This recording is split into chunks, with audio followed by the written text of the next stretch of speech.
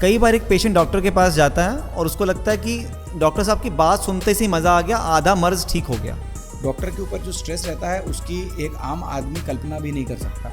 Medical कॉलेजों के जो HOD होते हैं वो जिस तरह से डॉक्टरों को ट्रीट करते हैं, रेसिडेंसी के दौरान जो उनके ऊपर प्रेशर रहता है, तो डॉक्टर को लगता है यही नॉर्मल ज़िंदगी है कि एक दिन में कोविशील्ड की को लेके तो अब इंटरनेशनली डेटा आ रहा है, कंपनी ने खुद मान लिया है कि कार्डियक इश्यूज़ हैं। मैं ये अपने आप को नहीं सोचता कि मैं अमर हूँ, कि मेरे साथ कुछ नहीं घटना घट सकती। जो मैं आपको बार बार बताता हूँ, आप हर कुछ चीज़ कमा सकते हो मगर आप बीता हुआ समय फिर से नहीं कमा सकते। आपने उतनी मेहनत करके पैसा कमा लिया, वो पैसा आपके बच्चों को बिगाड़ने के काम में आएगा। आपका बच्चा मेहनत करेगा नहीं, आपके बच्चे को लगेगा सब मेरा पिता छोड़ के चला गया है। आप जब हजम ही नहीं कर पाओगे तो आप क्या करोगे। मैं आपको निठल्ला होने नहीं बोल रहा हूँ। कुछ पहले के गंवार लोग थे जिन्होंने पढ़ाई नहीं करी थी, कुछ उसमें से डॉक्टर भी थे जो बोलते थे जिम जाने से भट्ट दिमाग हो जाते हैं या जिम जाने से नुकसान हो जाता है। मूर्ख लोग थे। ट्रंप अपने लिए नोबेल प्राइज़ मांग सकता है तो हम क्यों अपने लिए ओलंपिक मेडल और नोबेल प्राइज़ की नहीं सोच सकते। हमने ये मान लिया कि हम डॉक्टर्स हैं तो हमें पूजा अर्चना कम करनी चाहिए। यदि आप भगवान के करीब रहेंगे, आपको डिप्रेस फील हो रहा है, आप वैष्णो देवी हो आइए, आप महाकाल बाबा के दर्शन कराइए, आप मैहर माता के पास चले जाइए, शारदा माँ के पास, आप महाकाल बाबा की भक्ति करो। आपके हृदय में या तो डर का वास हो सकता है या तो महाकाल बाबा का। तो AI के थ्रू उसको पॉजिटिव चीज़ें बोली जाएं, मतलब वो सिंपल AI को बोले आई एम फीलिंग डिप्रेस, तो कोई कॉल सेंटर से उसको कनेक्ट कर दिया जाए या वो AI असिस्टेंट आके उससे पॉजिटिव बातें करने लगे। सिर्फ पैसा कमाने डॉक्टरी में मत आइए। पैसा सिर्फ कमाना है तो भाई कुछ भी करके तुम कमा सकते हो। विशाल मेगा मार्ट वाला करोड़पति है, किराने की दुकान खोलो, जूता बेचो, चप्पल बेचो, पंखा बेचो, TV बेचो, सब में पैसा है। So now in this part of podcast सबसे पहले हम स्टार्ट करते हैं पेशेंट एंड डॉक्टर की साइकोलॉजी। कई बार एक पेशेंट डॉक्टर के पास जाता है और उसको लगता है कि डॉक्टर साहब की बात सुनते से ही मज़ा आ गया, आधा मर्ज ठीक हो गया। कहीं ना कहीं ये डॉक्टर की एक पर्सनल ब्रांडिंग में भी हेल्प करता है। तो सर ऐसे कौन से फैक्टर्स हैं या आपका कुछ पर्सनल एक्सपीरियंस हो जिसकी वजह से पेशेंट को हम वो वाली फीलिंग दे पाएँ कि यार डॉक्टर से बात सुन के या उसकी बात करने से ही आधा मर्ज दूर हो गया। देखिए डॉक्टर अक्षय भाई, आपने बहुत अच्छा सवाल किया। बिल्कुल, डॉक्टर का जो कॉन्फिडेंस होता है उससे पेशेंट बिल्कुल अफेक्ट होता है और कई बार वो एक डिसाइडिंग फैक्टर हो जाता है पेशेंट के लिए कि उसको डॉक्टर की एडवाइस कितनी फॉलो करनी है और कितनी नहीं करनी। मैं खुद डर्मेटोलॉजिस्ट हूँ, तो कई बार पेशेंट आके बोलते हैं कि सर आपके जैसा हमें स्किन चाहिए, आपके जैसे बाल चाहिए। बट एक डिस्क्लेमर है कि ये कोई मापदंड नहीं होना चाहिए या ऐसा किसी डॉक्टर पे प्रेशर नहीं होना चाहिए एक पर्टिकुलर वे दिखने का, क्योंकि कई कारणों की वजह से हर व्यक्ति एक जैसा नहीं दिख सकता। But having said that, her doctor का इंडेक्स केस, पहला केस वो खुद होना चाहिए जिसको वो हेल्दी बनाए, क्योंकि जब तक आप अपने आप को स्वस्थ नहीं रखेंगे तब तक आपके द्वारा दी गई जो एडवाइस है हेल्थ को लेके वो कोई सीरियसली नहीं लेगा। And the body is the temple of the mind. हम ये बोलते हैं शरीर वो मंदिर है जहाँ पे आपकी आत्मा, आपका विवेक वास करता है। तो अगर आपका शरीर स्वस्थ है तो सब कुछ स्वस्थ है, और अगर आपको 1000 दिक्कतें हैं आप उनसे लड़ लोगे अगर आपको हेल्थ की दिक्कत नहीं है, और अगर आपको हेल्थ की दिक्कत है तो वही आपकी अकेली दिक्कत बच जाती है, बाकी सब 1000 दिक्कतें नेगेट हो जाती हैं। तो health is very important. So patient और डॉक्टर के हेल्थी रिलेशनशिप को बनाए रखने के लिए, सेटिस्फाइड पेशेंट के लिए आपका खुद भी एक मेंटल और फिजिकल हेल्थ बहुत इंपॉर्टेंट है। सर इस समय बहुत सारे न्यूज़ में हाईलाइट होता है कि ये फला डॉक्टर का OT में कार्डियक अरेस्ट हो गया। कई बार लोग मैराथन करने जा रहे हैं, उनको कुछ कार्डियक इश्यूज़ आ गए। कोविड के बाद से ये चीज़ें बहुत ज़्यादा सुनने में आ रही हैं। साथ में दूसरा इशू है कि बहुत सारे doctors, specially medical student, suicide attempt कर रहे हैं बहुत सारे। तो दोनों इशू कहीं ना कहीं फिजिकल और मेंटल स्ट्रेस दोनों से जुड़े हुए हैं। तो इसका आपके नज़रिए से मतलब क्या पर्सनल एंगल है, किससे what are the coping mechanism for the physical and mental stress? देखिए, सबसे पहले मैं ये बोलना चाहूँगा कि जो भी ऐसे डॉक्टर्स ने की डेथ हुई है या जिन्होंने सुसाइड किया है, मैं उनको श्रद्धांजलि देना चाहूँगा, क्योंकि मैं उनको किसी सैनिक से कम नहीं समझता जो बैटल फील्ड में जिन्होंने अपनी ज़िंदगी दी है। डॉक्टर के ऊपर जो स्ट्रेस रहता है उसकी एक आम आदमी कल्पना भी नहीं कर सकता। हमारे यहाँ पे एक बड़ा सैडिस्टिक मैकेनिज़्म है। अपन सब मेडिकल कॉलेजेस में रहे हैं। मेडिकल कॉलेजों के जो HOD होते हैं वो जिस तरह से डॉक्टरों को ट्रीट करते हैं, रेसिडेंसी के दौरान जो उनके ऊपर प्रेशर रहता है, तो डॉक्टर को लगता है यही नॉर्मल ज़िंदगी है कि एक दिन में 20-20 घंटे काम कर रहे हैं, 4 घंटा सो रहे हैं, स्ट्रेचर पे सो जा रहे हैं, ज़मीन पे सो जा रहे हैं, ये ज़िंदगी नहीं, ये क्रूरता है। इसके खिलाफ हमें आवाज़ उठानी चाहिए। उस डॉक्टर को जो वो टॉर्चर होता है पीजी करने के, पोस्ट ग्रेजुएशन करने के टाइम, फिर रेसिडेंसी के टाइम पे जो टॉर्चर होता है, उसको लगता है यही मेरी ज़िंदगी है। फिर वो उसी तरह से काम करना चालू करता है कि सब केस मेरे को ही मिले। टीम वर्क में काम नहीं करता। सारे सर्जन्स को मैं बोलता हूँ टीम वर्क में काम करना ज़रूरी है। सारे मरीज आप ही देखो, सारे ऑपरेशन आप ही करो, ऐसा बिल्कुल ज़रूरी नहीं है। आपको पेशेंट को रेफ़र करने की भी ताकत होना चाहिए। आप अच्छे हो तो हमेशा आपके पास मरीज बने रहेंगे। इस स्ट्रेस में, इस प्रेशर में कि मुझे और केस करने हैं, मुझे और काम करना है, आदमी जो हर मरीज को हम बताते हैं 8 घंटे की नींद, 1 घंटे की एक्सरसाइज, हर खाने के पहले हरी सब्जी, हर खाने के बाद फल, 60 से 80 ग्राम प्रोटीन, ये डॉक्टर खुद फॉलो नहीं करते। दूसरी बात, कोविड में हम लोग सबसे बड़े वाले गिनी पिग थे डॉक्टर, हम लोग एक्सपेरिमेंट थे, क्योंकि सबसे पहले वैक्सीन हमें लगाई गई थी। तो कोविशील्ड की को लेके तो अब इंटरनेशनली डेटा आ रहा है, कंपनी ने खुद मान लिया है कि कार्डियक इश्यूज़ हैं। अब मेरे हिसाब से हर एक का वैसा कार्डियक चेकअप बार बार होना संभव नहीं है, तो धीरे धीरे अपने आप को उस लेवल पे वापस लाने के लिए रेजिस्टेंस ट्रेनिंग, वेट ट्रेनिंग और कार्डियो सारा ज़रूरी है। वे डॉक्टर जो बेचारे ड्यूरिंग अ मैराथन या किसी चीज़ में अपनी जान गंवा गए, मेरे को लगता है कि कोविड और वैक्सीनेशन का बिल्कुल रोल है। और दूसरा, doctors are considered to be the worst patients, तो वो अपने अंदर के सिम्टम्स को, फटीग को, उनको खुद लग रहा है यार मुझे कुछ पेन है, something is not correct, but वो उसको इग्नोर करते हैं। तो मैं हर डॉक्टर को बोलता हूँ कि अपना एक बहुत अच्छा दोस्त, अपना एक बहुत अच्छा एडवाइज़र, एक कार्डियोलॉजिस्ट को ज़रूर रखें, और अपने हार्ट हेल्थ से रिलेटेड जितने भी बायोमार्कर्स हैं, सिंपल सीआरपी से बहुत कुछ, सी रिएक्टिव प्रोटीन से बहुत पता चल सकता है, आपके जैसे पैथोलॉजिस्ट की एडवाइस लेते रहें। इको कराएं, स्ट्रेस इको कराएं, ज़रूरत पड़े तो आपका अगर कार्डियोलॉजिस्ट आपको बोलता है तो सीटी एंजियो या एंजियोग्राफी भी कराएं, और अपनी हार्ट हेल्थ के बारे में जानकारी वो रखें। मैं काफ़ी एक्टिव व्यक्ति हूँ, नेशनल लेवल का स्पोर्ट्स पर्सन रह चुका हूँ, बट मैं फिर भी ईयरली अपने कार्डियक चेकअप के लिए जाता हूँ। मैं ये अपने आप को नहीं सोचता कि मैं अमर हूँ, कि मेरे साथ कुछ नहीं घटना घट सकती, तो हमेशा मैं उस चीज़ पे नज़र रखता हूँ। और कराना 6 महीने में चाहिए, बट जो सच है वो मैं बोलता हूँ, साल में एक बार मैं अपने सारे blood work, blood reports, pathological test करवाता हूँ। सो सर, ये तो बात हुई कार्डियक हेल्थ की, कि अगर आप फिट हैं तभी भी आपको साल में एक बार अपना कार्डियक चेकअप और साथ में जो फुल बॉडी चेकअप है वो कराने चाहिए। इसके बाद सर बात आती है कि डॉक्टर्स के पास जो क्लेम करते हैं कि भाई हमारे पास टाइम ही नहीं। मैं भी जैसे फ्रेंड से मिलता हूँ जो नॉन डॉक्टर्स हैं कि आप वर्कआउट करो, बट वर्कआउट तो छोड़ी, कई बार डॉक्टर्स के पास पानी पीने का भी टाइम नहीं होता कि उनको जो हाइड्रेशन लेवल है 3 से 4 लीटर का पानी है उसको मेंटेन कर पाएँ। तो उनके लिए क्या एड्रेस है, कैसे वो समय निकालें अपनी खुद की हेल्थ के लिए, रेजिस्टेंस ट्रेनिंग के लिए, कार्डियो वर्कआउट के लिए?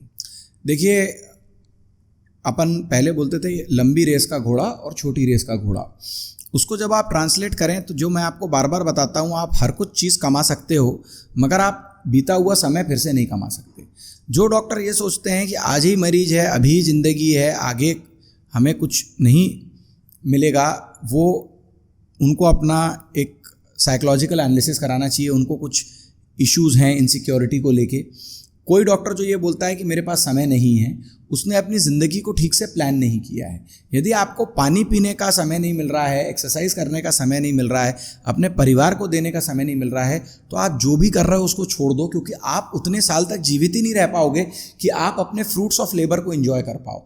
आपने उतनी मेहनत करके पैसा कमा लिया, वो पैसा आपके बच्चों को बिगाड़ने के काम में आएगा। आपका बच्चा मेहनत करेगा नहीं, आपके बच्चे को लगेगा सब मेरा पिता छोड़ के चला गया है, वो आईफोन की ज़िंदगी, इंस्टाग्राम की ज़िंदगी, रील की ज़िंदगी, ब्रांडेड कपड़ों की ज़िंदगी जिएगा, वो आपके जैसी मेहनत करेगा नहीं। आपने अपने पिताजी को मेहनत करने देखा, या आप किसी सामान्य बैकग्राउंड से आए तो आज आप मेहनत कर रहे हो। बट अगर आपका बच्चा आपकी समय को ही नहीं पा पाएगा, सिर्फ आपके पैसे को पा पाएगा, किसी का बच्चा नहीं भी है तो वो उसका पैसा किसी रिश्तेदार के काम आएगा। तो उतना ही पैसा कमाओ, उतना ही समय आप अपने प्रोफेशन को दो जितना आपका शरीर हजम कर पाए। उससे ज़्यादा आप जब हजम ही नहीं कर पाओगे तो आप क्या करोगे? मैं आपको निठल्ला होने नहीं बोल रहा हूँ, मैं आपको हर चीज़ का एक स्ट्रक्चर रखने बोल रहा हूँ कि अगर ओपीडी है तो आपको 6 से 8 घंटे से ज़्यादा ओपीडी में नहीं देना चाहिए। अगर उसके बाद ऑपरेटिव टाइम है तो 4 घंटे, तब भी 12 घंटे काम किया आपने। 8 से 10 घंटे से ज़्यादा काम करना नॉर्मल नहीं है। अगर 12 घंटे भी काम किया, 8 घंटे भी आपने सोया, तब भी आपके पास 4 घंटे बचते हैं आपके हाइड्रेशन को, जिम को, और 1 घंटे की अच्छी एक्सरसाइज अगर आप रोज़ करते हैं तो that is more than enough. अब जो आदमी इसके लिए समय नहीं निकाल पा रहा है, लेकिन उसको पार्टी में जाने का समय है, उसको मदिरा पान करने का समय है, उसको सिगरेट पीने का समय है, उसको फेसबुक पे फ़ोटो डालने का समय है, मगर उसके पास जिम करने का समय नहीं, क्योंकि आप अलाल हो। देखिए, जिम एक ऐसी चीज़ है जो पहले आपको तकलीफ देगी, जिसको हम लोग अपने हिंदी भाषा में मीठा दर्द बोलते हैं, बट जो डोपामिन रिलीज आपको जिम से मिलता है, जो सस्टेन्ड रिलीज, बाद में सेरोटोनिन, ऑक्सीटोसिन रिलीज मिलता है, वो आपको कभी भी मदिरा पान से या ड्रग से नहीं मिलता। और हर आप लिटरेचर को उठा के देखें, कुछ पहले के गंवार लोग थे जिन्होंने पढ़ाई नहीं करी थी, कुछ उसमें से डॉक्टर भी थे जो बोलते थे जिम जाने से भट दिमाग हो जाते हैं या जिम जाने से नुकसान हो जाता है। मूर्ख लोग थे। वो क्या होता था कि वो उनकी बात करते थे जो एनाबॉलिक स्टेरॉइड्स यूज़ करते थे। पुराने ज़माने पहलवानी मतलब एनाबॉलिक स्टेरॉइड्स ले लेना या जो कुछ गलत तरीके के सप्लीमेंट्स ले लेते थे, उनकी बॉडी में जो चेंजेस आते थे वो कोई सबके में नहीं आते थे। मैं आपसे इंटरव्यू में अभी जो मैं बैठा हूँ पॉडकास्ट में, सॉरी जो बैठा हूँ, ये जो मेरा आप जिम देख रहे हैं, ये हमारा पांडे जिम्नेशियम 2.0 है। जो इसका ओरिजिनल जिम था वो मेरे दादाजी ने तब बनाया था जब जबलपुर शहर को यही नहीं मालूम था कि बॉडी बिल्डिंग होती क्या है। तब एक नायडू साहब थे जो पहले ट्रेनर थे पूरे महाकौशल MP जबलपुर रीजन के, उनने हमारे घर के अस्पताल की छत पे जिम बनाया था। मेरे दादाजी उस टाइम पे मेजर सर्जरीज एक दिन की 20 से 25 करते थे, जो अभी बड़े बड़े मेडिकल कॉलेजेस में नहीं होती। वो व्यक्ति 25 सर्जरीज करके जिम करने का समय निकालता था सुबह 5:30 से 6:30, क्योंकि वो नायडू साहब ने बोला था कि मेरे को मेरा भी जिम देखना है, तो मैं आपको सिखाने के लिए सिर्फ 5:30 बजे आ सकता हूँ। तो अपने पूरे परिवार को लेके, मेरे पिताजी, मेरी बुआ जी, उनकी जब तक वाइफ थी उनके साथ, मेरे दादाजी की, उनके साथ चारों लोग जाके जिम करते थे। और दादाजी कभी थके रहते थे तो वो बोलते थे मैं हफ्ते में 4 या 5 बार कर पाता था, आपके पिताजी 6 में 6 बार करते थे, बुआ जी उससे कुछ थोड़ा कम करती थी। और उनकी याद में ये जिम में मैंने उन दोनों की फ़ोटो भी लगाई है। तो जब, और मेरे पिताजी सर्जिकल गैस्ट्रोएंटरोलॉजिस्ट थे पहले जबलपुर के, उन्होंने यहाँ पे लैप्रोस्कोपिक सर्जरी, जिसको हम कीहोल सर्जरी बोलते हैं, और endoscopy colonoscopy sir Gangaram hospital में चालू होने के पहले करी। जबलपुर के वो पहले थे, उनको भी रेगुलरली जिम करने का टाइम मिलता था। अपनी बात मैं इतने बड़े बड़े लेजेंड्स के सामने नहीं बोल रहा हूँ कि वो लोग भैया आप तो डर्मेटोलॉजिस्ट हो। मैं डर्मेटोलॉजी में भी बहुत कुछ करता हूँ और बहुत मरीज देखता हूँ, बट मैं अपने आप को अभी उस लेवल का नहीं, उनके लेवल का नहीं मानता कि मैं उनके साथ अपने आप को कंपेयर करूँ। बट मैंने अपनी ज़िंदगी इस आयाम पे जिए कि मैं तो 3 घंटा देता हूँ। मैं 12 किलोमीटर दौड़ता हूँ हर हफ्ते, मैं 2 किलोमीटर तैरता हूँ हर हफ्ते, और ये मैं ब्रिस्क स्विमिंग एंड रनिंग की बात कर रहा हूँ, जॉगिंग की नहीं। मैं 6 दिन जिम करता हूँ, यहाँ के जिम में या अपने पांडे हॉस्पिटल के जिम में। इसके अलावा मैं स्क्वॉश भी खेलता हूँ, मैं टेनिस भी खेलता हूँ, मैं वुशु भी प्रैक्टिस करता हूँ। ये सब मैं 1 हफ्ते में करता हूँ। थोड़ा सा डिल्यूजनल हूँ मैं, क्योंकि मैंने अभी तक सपना नहीं छोड़ा है। मैं नेशनल लेवल एथलीट रहा हूँ, स्क्वॉश में भी, स्विमिंग में भी, कई चीज़ों में। मैंने अभी तक सपना नहीं छोड़ा है कि शायद एक दिन अभी मैं अपने देश को किसी स्पोर्ट में रिप्रेजेंट करूँ और ओलंपिक्स जीतूँ। पूरा हो ना हो, अब जब ट्रंप अपने लिए नोबेल प्राइज़ मांग सकता है तो हम क्यों अपने लिए ओलंपिक मेडल और नोबेल प्राइज़ की नहीं सोच सकते। तो सोच पॉजिटिव रखनी चाहिए डॉक्टर्स को और सभी को। और रेजिस्टेंस ट्रेनिंग, देखिए मैं एंटी एजिंग पे काम कर रहा हूँ, मेंटल एंड फिजिकल हेल्थ पे काम कर रहा हूँ। इसमें सबसे बड़ी चीज़ सर जो मुझे समझ में आई वो है वेट ट्रेनिंग जिम। इसका कोई तोड़ नहीं है। कैलिस्थेनिक्स भी ज़रूरी है, बट जब तक आप अपने जॉइंट्स को, अपनी बोन्स को चैलेंज नहीं करते, अपनी मसल्स को चैलेंज नहीं करते। एक हमारी बहुत अच्छी डॉक्टर हैं मैम, जिनको मैं फॉलो करता हूँ, रोंडा राइट, वो बोलती है टू बस्ट योर बोन्स, मतलब तो आप इम्पैक्टफुल एक्सरसाइज नहीं करते तब तक एंटी एजिंग नहीं होती, तब तक बोन का डेवलपमेंट नहीं होता, तब तक आपकी बोन वीक होती जाएगी उम्र के साथ। आदमियों में 35 के बाद, लेडीज़ में 30 की बाद मसल वीक होने लगेगी, ऑस्टियोपोरोसिस होने लगेगा, मसल बोल रहा हूँ, बोन वीक होने लगेगी, ऑस्टियोपोरोसिस होने लगेगा, मसल का जो वॉल्यूम है वो कम होने लगेगा, और उसके कारण आपको बहुत वीकनेस महसूस होगी, आपकी वाइटैलिटी जाएगी और आप बिल्कुल सही व्यक्ति नहीं बचेंगे। एक और सवाल आपने जो पूछा डिप्रेशन को लेके, देखिए डिप्रेशन का हमें बड़े गंभीरता से समझना चाहिए, हमेशा एक साइकाइट्रिस्ट की हेल्प लेनी चाहिए, एक अच्छे साइकाइट्रिस्ट, एक अच्छे काउंसलर की। बट मॉडरेट डिप्रेशन के लिए diet and exercise and even sunlight plays a very important role. ये हर रिसर्च में कहा गया। I am not trying to be a psychiatrist here. किसी को अगर जेनेटिक डिप्रेशन है, किसी के कोई केमिकल रीजंस हैं डिप्रेशन के, एंडोजेनस डिप्रेशन है, तो उसको तो मेडिकेशन की ज़रूरत पड़ेगी, उसको एक काउंसलर की, साइकाइट्रिस्ट की ज़रूरत पड़ेगी। बट डिप्रेशन को खुद से अपने आप को डायग्नोस ना करें। खराब लग रहा है, अगेन मैं फिर से बोल रहा हूँ, gym, exercise, sunlight play a very important role. इसके अलावा अपने परिवार और दोस्तों से क्लोज रहना। हर कोई एक केयर टेकर, केयर गिवर का कॉन्सेप्ट बताता है। तो अगर आपको खराब फील हो रहा, भले ही कई बार लोगों को ऐसे थॉट्स आए, उनने फ़ोन पे अपने एक दोस्त से बात कर ली या किसी से बात कर ली, और हर बार कई बार आदमी ऐसा कदम उठाने के पहले किसी ना किसी को फ़ोन करता है। तो एक ऐसा आदमी ना रखें, अपने ग्रुप में 7-8 लोग रखें, क्योंकि सब बिजी हैं। मान लीजिए कोई इस तकलीफ के थ्रू गुजर रहा है, उसने अपने किसी रिश्तेदार को फ़ोन किया, उस टाइम वो रिश्तेदार फ़ोन नहीं उठा पाया। तो आपको अपने सपोर्ट सिस्टम्स रखने चाहिए। कुछ जगह जा जाके आपको अच्छा लगता है, जिम से अच्छी तो कोई चीज़ नहीं साहब। एक आप अच्छा बेंच प्रेस आपने 100-110 किलो का मारा, जो कॉन्फिडेंस आता है, जो पंप आता है, जो फील आता है, मैं अपने स्तर पे बोल रहा हूँ, वो मेरे को जब भी कभी लो या ख़राब फील होता है, I can not label it as a disease like depression. तो जो जिम से या जो स्विमिंग करके मुझे मज़ा मिलता है, वो किसी और चीज़ में वो किक, वो पंप नहीं मिलता। और आखिरी चीज़ आध्यात्म। हम आध्यात्म से दूर हो गए हैं। अगर हम भगवान से क्लोज आएंगे, हमने ये मान लिया कि हम डॉक्टर्स हैं तो हमें पूजा अर्चना कम करनी चाहिए। यदि आप भगवान के करीब रहेंगे, आपको डिप्रेस फील हो रहा है, आप वैष्णो देवी हो आइए, आप महाकाल बाबा के दर्शन कराइए, आप मैहर माता के पास चले जाइए, शारदा माँ के पास। आप अपने आप उन नकारात्मक ऊर्जाओं से दूर हो जाएंगे। क्योंकि याद रखिए, अगर आप डॉक्टर हैं तो मतलब आप भगवान के, ईश्वर के फेवरेट तो थे, तभी आप डॉक्टर बने। बट अगर आप भगवान के फेवरेट हो, तो माइक टाइसन एक बॉक्सर थे, वो बोलते हैं, if you are favoured by God you are favoured by the devil. मतलब अगर आप भगवान के फेवरेट हो तो आप शैतान के भी फेवरेट हो। हिंदुज़म में अपन शैतान नहीं मानते, अपन नकारात्मक शक्तियाँ मानते हैं।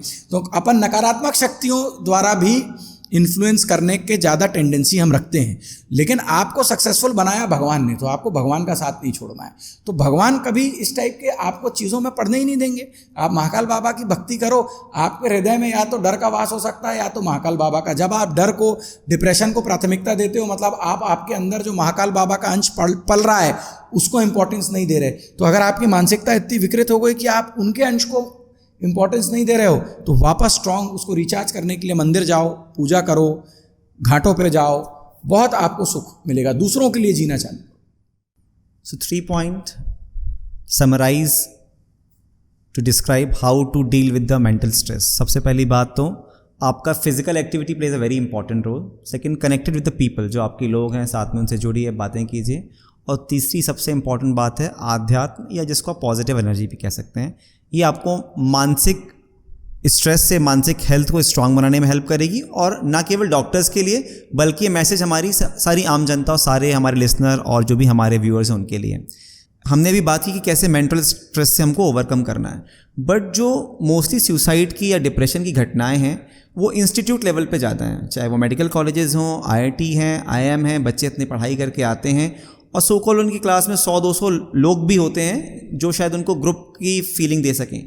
बट उसके बाद भी ये ऐसे टॉप लेवल के इंस्टीट्यूट में होने वाली घटनाएं, तो क्या इंस्टीट्यूशनल लेवल पे कुछ चेंजेस की ज़रूरत है? देखिए, आपने बहुत उम्दा बात कही। ये जो इंस्टीट्यूशनल लेवल पे घटनाएं हो रही हैं, उसमें बिल्कुल जो HODs हैं और जो इंस्टीट्यूशनल हेड हैं, उनकी मानसिक विकृति है। ये जितना बड़ा एम्स हो गया, जितना बड़ा IT हो गया, वहाँ पास होना उतना कठिन। आपका काम बच्चों को पढ़ाना है, उनको डिग्री देना है, उनको फेल करना नहीं है। वो वैसे ही सबसे टॉप कॉम्पिटिटिव एग्ज़ाम निकाल के आए हैं। वो आपके नखरे सहन करने, आपके घर की सब्जियां लाने, आपकी गाड़ियां धोने के लिए नहीं आए हैं। वहाँ पे एक समय पे ये भी होता था कॉलेजों में, और जो सीनियर्स रैगिंग करते हैं, जिसको आजकल इंस्टीट्यूट छुपा लेते हैं, क्योंकि रैगिंग में फिर जो डीन है और HOD हैं या जो भी प्रिंसिपल है, उनके ऊपर भी कार्रवाई होती है। तो ये लोगों की ज़िंदगियों के साथ खेला जा रहा है। हर बच्चा, ज़्यादातर ये 1st-2nd ईयर में होता है, उसको एक सपोर्ट सिस्टम दिया जाना चाहिए। हर एक का एक साइकोलॉजिकल एनालिसिस होना चाहिए। और अगर किसी का मेंटल लेवल किसी भी रीज़न से थोड़ा सा वीक है, तो उनके पेरेंट्स को बुला के पेरेंट्स के साथ रहने की परमिशन दी जानी चाहिए। हमने रूल बना दिए, एम्स में रूल है कि कोई हॉस्टल के बाहर नहीं रह सकता। क्या हॉस्टल में आप देख रहे हो वो बच्चा क्या कर रहा है। हम बोलते हैं 18 साल के ऊपर एडल्ट होता है, बट फ्रंटल कॉर्टेक्स को पूरा डेवलप होते होते 25 साल 30 साल लगते हैं। और आपने एक बच्चे को उसके घर के एटमॉस्फेयर से उठा के हॉस्टल के एटमॉस्फेयर में डाल दिया, जहाँ पे वैसे ही उसको एडजस्टमेंट में दिक्कतें हो रही हैं। उसके साथ साथ आप उसको कॉलेज में भी टॉर्चर कर रहे हो, उसके कोई सीनियर्स या उसके बैचमेट्स उसको बुली कर रहे हैं, तो बड़ी खतरनाक और ख़राब ये सिचुएशन होती है। और इसमें हमारे एजुकेशन सिस्टम को बदलना पड़ेगा। किसी प्रकार का एजुकेशन सिस्टम के ऊपर भी एक लोकपाल हमें बैठाना पड़ेगा, जो ये नोटिस करेगा कि ये प्रोफेसर्स और ये टीचर्स अपने बच्चों के साथ कैसे बिहेव कर रहे हैं। और ये कुछ ही लोग होते हैं, मतलब एक खराब प्रोफेसर 1000 जिंदगियां खराब कर सकता है, या एक खराब टीचर। 99% टीचर्स बहुत अच्छे होते हैं, वो बच्चों को अपने बच्चों की तरह पालते हैं, उनको गाइड करते हैं, उनको बोलते हैं कोई प्रॉब्लम हो तो आप हमारे पास आओ। बट ये जो कुछ ब्लैक शीप हैं, ये इन ब्लैक शीप की वजह से ये इस तरीके की घटनाएं होती हैं, जिसको हम लोग कंट्रोल नहीं कर पा रहे हैं, जिसको हमें बिल्कुल कंट्रोल करना चाहिए। और अब एआई आ गया है डॉक्टर साहब, तो मेरा कहना है कि एआई कंपेनियन का लोग गलत तरीके से यूज़ करते हैं। मेरे मन में भी ये प्रोजेक्ट है, मेरी बात सुन के कोई और कर दे तो बढ़िया है, कि जब किसी को ऐसा फील हो तो एआई के थ्रू उसको पॉजिटिव चीज़ें बोली जाएँ। मतलब वो सिंपल एआई को बोले आई एम फीलिंग डिप्रेस, तो कोई कॉल सेंटर से उसको कनेक्ट कर दिया जाए, या वो एआई असिस्टेंट आके उससे पॉजिटिव बातें करने लगे, या बिना उसको बताए उस बात की जानकारी किसी के तक जाए जो कंप्लेंट। अब जब वो बच्चा मर जाता है तब तुम सब कंप्लेंट और सारी चीज़ें करते हो, मरने के पहले तुमने क्यों नहीं देखा कि वो किस तकलीफ के थ्रू गुजर रहा था। हमेशा ये निकलता है कि उसने अपने दोस्तों को बताया होता है कि मैं किसी तकलीफ में था, या घर वालों को बोला होता है कि मैं बहुत परेशान हो रहा हूँ। घर वाले बोलते हैं अरे डॉक्टर बन रहा है तू, ये ना, अरे छोड़ा दो ऐसा कोर्स यार। कोई चीज़ जान है तो जान है, कौन सी डिग्री जान से बड़ी है। कोई डिग्री भी जिसके पास नहीं है, 12वीं फेल लोग जो हैं वो करोड़ों कमा रहे हैं इस देश में। यहाँ तो जो जितना बड़ा गंवा रहे हैं उसके सक्सेसफुल होने की उतनी ज़्यादा चांस है, क्योंकि उतना कम डरता है चोरी करने में। और चोरी तो इस देश में, मेरा देश महान, 100 में से 99 बेईमान बोलते हैं लोग। तो इसलिए आप डिग्री को इतनी अहमियत ना दें। अगर मेरा स्टूडेंट्स के लिए मैसेज है, आप कोप नहीं कर पा रहे, लात मारो ऐसी डिग्री को। कोई डिग्री आपको डिफाइन नहीं करती है, आपका पुरुषार्थ आपको डिफाइन करता है, आपका कर्मयोग आपको डिफाइन करता है, आपकी मेंटल स्ट्रेंथ आपको डिफाइन करती है। अगर वो हिल रही है, छोड़ो ऐसे कोर्स, कोई ज़रूरत। बहुत स्ट्रांग, और मुझे लगता है ऐसा बोलने के लिए बहुत करेज चाहिए, और स्टूडेंट को भी समझना चाहिए कि कोई भी डिग्री आपके जीवन से ज़्यादा मूल्यवान नहीं है, आपके पेरेंट्स से ज़्यादा मूल्यवान नहीं है, और पेरेंट्स को भी उनकी बात सुनना चाहिए। और इसके साथ साथ सर ने एक मैसेज भी दिया है कि अगर कोई यहाँ पे इनोवेटर या स्टार्टअप सुन रहा हो इस बात को, कि आप एआई बेस्ड क्या सॉल्यूशन बना सकते हैं लोगों की मेंटल हेल्थ को इम्प्रूव करने के लिए, और साथ ही policy maker and doctors of those institute. Sir, जब हम हेल्थ की बात कर रहे हैं, मेंटल हेल्थ, फिजिकल हेल्थ की, सप्लीमेंट्स को लेके बहुत ज़्यादा मिथ रहता है कि जो जिम्स में हैं कुछ सप्लीमेंट मिलते हैं, लोग अननोइंगली उसको ले लेते हैं। तो व्हाट आर योर टेक कि क्या, कौन से सप्लीमेंट इंपॉर्टेंट है फिजिकल हेल्थ के लिए, और उनको लेते समय क्या सावधानियां रखनी चाहिए? देखिए, अगेन ये बड़ा ही एक पर्सन टू पर्सन डिपेंड करने वाला क्वेश्चन है। जब हम सप्लीमेंट्स की बात करते हैं तो हम वे प्रोटीन्स की बात करते हैं। वे प्रोटीन में भी टाइप्स होते हैं। दूसरा, हम बात करते हैं क्रिएटिनिन की। क्रिएटिनिन के भी टाइप्स होते हैं। क्रिएटिनिन लोग बोलते हैं कि 5 ग्राम रोज़ लेना बहुत बेनिफिशियल है, बट मैं इस बात को ब्लाइंडली नहीं मानता, क्योंकि उसके साथ 5 लीटर पानी भी पीना है, उसके साथ उतनी एक्सरसाइज भी करनी है। और क्रिएटिनिन की वजह से कई लोग को कार्डियक एरिथमियाज भी देखे गए हैं, कई लोग को बहुत सारी दूसरी प्रॉब्लम्स भी देखी गई हैं। वे प्रोटीन आपके वजन के हिसाब से आप कितनी एक्सरसाइज कर रहे हो तभी लेना ठीक है। मैं अपनी अगर बात करूं तो मैं 7 अलग अलग स्पोर्ट्स में अपना डिस्ट्रिक्ट और स्टेट और नेशनल लेवल पे कुछ स्पोर्ट्स में रिप्रेजेंट कर चुका हूं, और मैं बहुत अच्छा मसल मास मेंटेन करता हूं, और अभी भी मैं काफ़ी एक्टिव हूँ into all kinds of sports. मैं स्टेट और नेशनल लेवल के एथलीट्स के साथ ही प्रैक्टिस करता हूँ, खेलता हूँ। मैंने आज तक अपनी लाइफ में कभी भी वे या क्रिएटिनिन नहीं लिया। मैं नेचुरल डाइट से उसको सप्लीमेंट करता हूँ, पूरे के पूरे अपने उसको नेचुरल डाइट से। चाहे आप वेजिटेरियन हो, चाहे आप नॉन वेजिटेरियन हो, एग्जिस्ट करते हैं तरीके उनको लेने का। मैं किसी को जज नहीं करता कौन वेजिटेरियन या कौन non vegetarian. Non vegetarian diet में भी इंडिया में जो कैटल है वो ग्रास फेड है। अमेरिका में वो लोग कॉर्न खिलाते हैं, भुट्टा खिलाते हैं। यहाँ इंसान को भुट्टा नहीं मिलता, कैटल को कैसे मिलेगा? वहाँ इतना उगता है कि मिलता है, तो उसके कारण उनके कैटल में, उनके मीट में चर्बी बहुत ज़्यादा होती है। हमारा इंडियन मीट आप देखते हैं कि वो जो अपने पालने वाले लोग हैं वो घास खिलाते हैं, तो हमारे मीट में फ़ैट बहुत कम होता है, हमारे मीट की क्वालिटी बहुत अच्छी होती है। इसके अलावा जो सब कर सकते हैं, दिन भर में 50 ग्राम सत्तू हर जगह मिलता है, खुद भी बना सकते हैं आप। 50 ग्राम चना, 50 ग्राम सोयाबीन, फीमेल आप हैं तो ज़्यादा सोयाबीन ले सकते हैं, मेल्स को 100 ग्राम सोयाबीन से ज़्यादा नहीं लेना चाहिए, ऐसा एक थ्योरी है, it's not been proven but phytoestrogen की वजह से। और 50 ग्राम घर में बना पनीर, क्योंकि पनीर आजकल बाहर एनालॉग मिल रहा है, तो आप घर में पनीर बनाएं, बहुत इजी रहता है, दूध के साथ और आपके नींबू के साथ यूज़ करें तो आप बचे रहेंगे। तो आप घर का पनीर यूज़ कर सकते हैं। जैसे आप अगर 200 ग्राम जो मैंने डिस्क्राइब किया वो लेते हैं तो वो 80 ग्राम ऑफ प्रोटीन होता है, which is sufficient for a normal person. इसको अगेन बॉडी वेट और एक्सरसाइज के हिसाब से 100 ग्राम 120 ग्राम तक भी आप लेके जा सकते हो। हाँ, अगर आप एथलीट हैं, आपको वे ऑफ क्रिएटिनिन लेना है तो एक डाइटिशियन का सहारा लें, आप एक फिटनेस कोच का सहारा लें और बिल्कुल इन चीज़ों को लें। बट बहुत ध्यान दें, अगर आप इसको किसी ऑफिशियल कंपटीशन के लिए प्रिपेयर कर रहे हैं तो कई क्रिएटिनिन और वे में ये लोग कुछ ऐसे पदार्थ डाल देते हैं जो डोपिंग में अलाउड नहीं है, अपने प्रोडक्ट में किक ज़्यादा डालने के लिए। ये बहुत डेंजरस है। मगर जो आजकल, या आपने टॉपिक मैंने बोला कि थोड़ा मैं लंबा समय लूँगा, आजकल जो जिम्स में चल रहा है, मैंने डिस्ट्रिक्ट लेवल की बॉडी बिल्डिंग भी करी है, वो मैंने छोड़ क्यों दी, क्योंकि तब से ही मेरे समय से ही, मेरी एज अभी 41 है, जब मैं अपने 20s में था तब से ही एनाबॉलिक स्टेरॉइड्स आ गए थे, इंजेक्शन लगाना जिसको हम बोलते हैं, अलग अलग टाइप के, और ये इतने इजीली अवेलेबल, जबकि ये शेड्यूल एज ड्रग है, बिना डॉक्टर के प्रिस्क्रिप्शन के नहीं मिलना चाहिए, ग्रोथ हार्मोन नहीं मिलना चाहिए, बट ये सब चीज़ जिम के कोचेस को अवेलेबल है। इसका एक पूरा ब्लैक मार्केट है, जैसे डार्क वेब होता है वैसे इसका एक डार्क मार्केट है, डार्क वेब से खरीद के। और सारे ये जो आपको फिटनेस इन्फ्लुएंसर्स दिख रहे हैं इंस्टाग्राम पे, आप यूट्यूब इंस्टाग्राम में जाएंगे, चैनल्स भी हैं जो इनको एक्सपोज करते हैं, सब स्टेरॉइड एडिक्ट्स हैं। 19 साल का बच्चा ऐसी बॉडी बना लिया, बॉडी नहीं, वजन भी वो बहुत ज़्यादा नहीं उठा पाएंगे, ताकत नहीं है, वो पूरी फुलाई हुई नकली बॉडी है, जिसके कारण कार्डियक एरिथमियाज, हार्ट अटैक्स आते हैं। इवन पढ़े लिखे डॉक्टरों को लोग बेवकूफ़ बना दे रहे हैं, जिम कोचेस कि आप ये ग्रोथ हार्मोन ले लो, आप ये स्टेरॉइड का इंजेक्शन ले लो, आप एक बार साइकिल पे चले जाओ, और साइकिल पे जाके फिर जब टेस्टोस्टेरोन डेफिशिएंसी होती है तो ज़िंदगी भर के लिए टेस्टोस्टेरोन रिप्लेसमेंट थेरेपी पे लोगों को जाना पड़ता है। तो लोग अपने सिर्फ कुछ दिखाने के लिए, असली ताकत, असली पुरुषार्थ के लिए नहीं, ऐसी बॉडी बना लेते हैं जिसका सिवाय पोजिंग के कोई और अर्थ होता नहीं है, और बाद में अपनी पूरी ज़िंदगी ख़राब कर लेते हैं। तो इस चीज़ के पीछे आप नहीं जाइए, आप क्वालिफाइड लोगों को फॉलो करिए। और मैं डॉक्टर्स के लिए एक खास एडवाइस देता हूँ।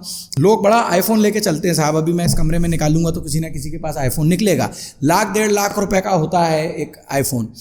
इंडिया में इतने अच्छे जिम सेटअप्स बन रहे हैं, होम जिम्स के, अगर आपके पास 200-300 स्क्वायर फुट की भी जगह है, उसमें आप कॉम्पैक्ट मशीन्स जिम 4-5 लाख के खर्चे में भी चालू कर सकते हैं अपने खुद के लिए होम जिम, या अपने घर के लिए, जो आपको जब टाइम मिले, जब आप अपनी क्लिनिक से मरीजों से फ्री हुआ, आपने 1-2 घंटा दिया।